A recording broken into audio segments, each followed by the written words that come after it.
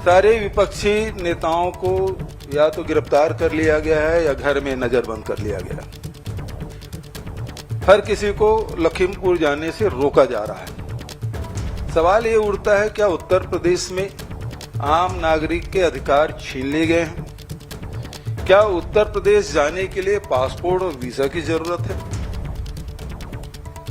इस प्रकार की घटनाएं घटती है तो राजनीतिक दल के लोग, सामाजिक संगठन के लोग, विभिन्न संगठन के लोग जाते हैं, उस घटना के बारे में जानकारी लेते हैं और उनके न्याय की बात करते हैं। लेकिन लखीमपुर जाने ही नहीं दिया जा रहा है।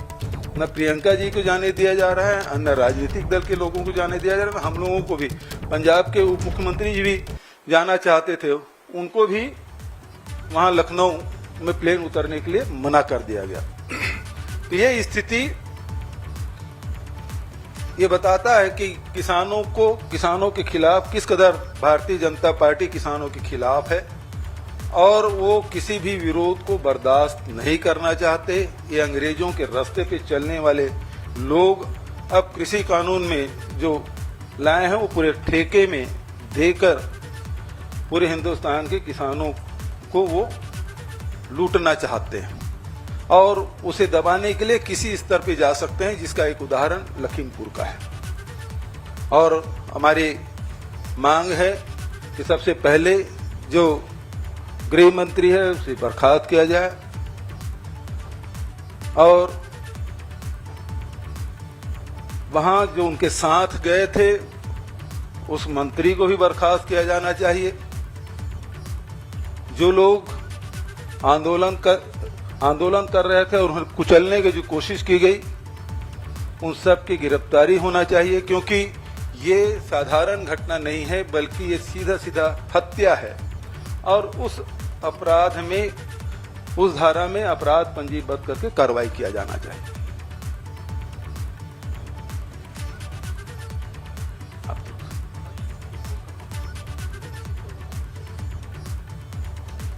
कंपनसेशन 1 करोड़ होना चाहिए।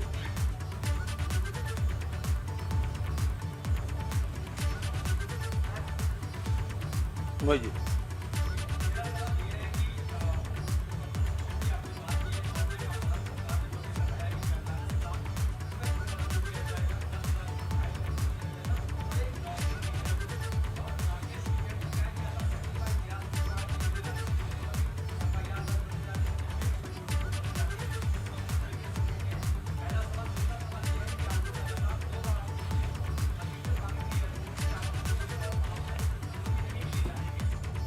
तो कांग्रेस की तरफ से प्रेस कॉन्फ्रेंस करके ये साफ कहा जा रहा है कि आखिर जाने क्यों नहीं दिया गया। भूपेश बघेल भी जाने वाले थे, उन्हें भी रोका गया है और अब प्रेस कॉन्फ्रेंस करके कांग्रेस की तरफ से वो पक्ष रख रहे हैं कि क्या अगर मिलना है, उत्तर प्रदेश में जाना है तो वीजा पासपोर्ट चाहिए होगा, इस तरीके की बात कह रहे हैं। इसके साथ ही उन्होंने एक बड़ा जिक्र किया कि जो मुआवजे की राशि है वो 1 करोड़ होनी चाहिए, जो कि 45 लाख पर सहमति बनी है। और अभी भी जाकर उनसे मिलते, उस घटना की जानकारी लेते और सरकार पे दबाव डालते कि उनके साथ न्याय हो।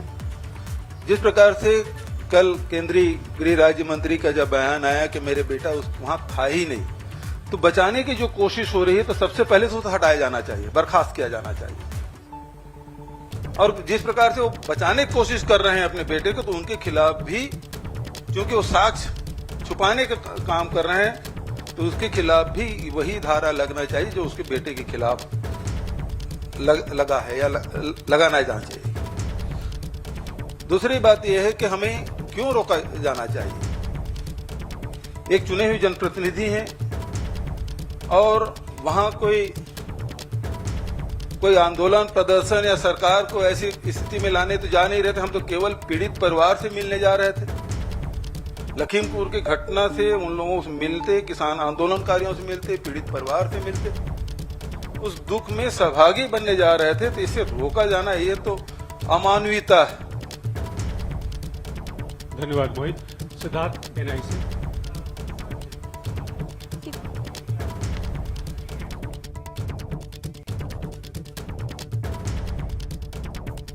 तो आप भूपेश बघेल को सुन रहे हैं किस तरीके से, और इस पूरे प्रकरण पर हमारी नजर